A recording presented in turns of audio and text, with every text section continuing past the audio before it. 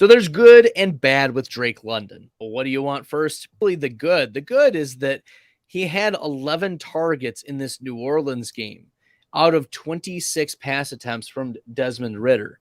So that's a great percentage, right? We're talking 40% target share.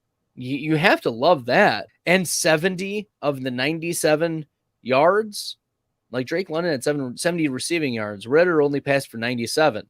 Like we're talking a 70% pass yard share. But the problem is wide receiver 41, 7 for 70, no touchdowns.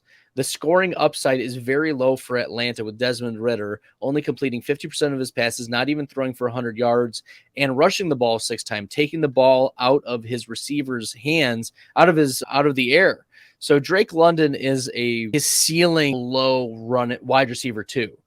Right? If we look at his game logs, even there's only one game where he's above wide receiver 22 on the season. And that was way back in week 2 against the Rams, where he went 8 for 86 and a touchdown. Now, 7 for 70, and you flip it to a touchdown, that changes the game, right?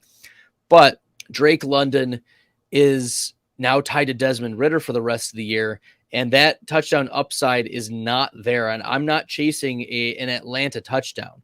So if you have no one better, you know you're going to get 8 to 12 targets for Drake London, but they're probably not going to be as valuable of targets as a Keenan Allen, for instance. They're in completely different tiers, even though both of them are going to get high target shares. You just know that the Chargers offense is banned, and even though Keenan Allen is an aged asset, you're not really trusting Drake London.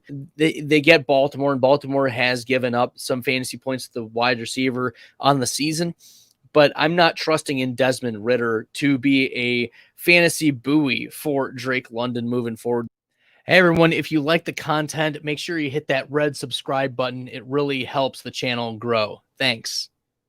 This first game was a clear indication that the volume is there, that Drake London is talented, but it's also a clear indication that Desmond Ridder still has to show us that he has talent and is reason to be the starting quarterback moving forward. Right now, he has not shown that. I don't have confidence in the Week 16 matchup. Drake London, a low-end wide receiver 3 for me if I'm making my rankings right.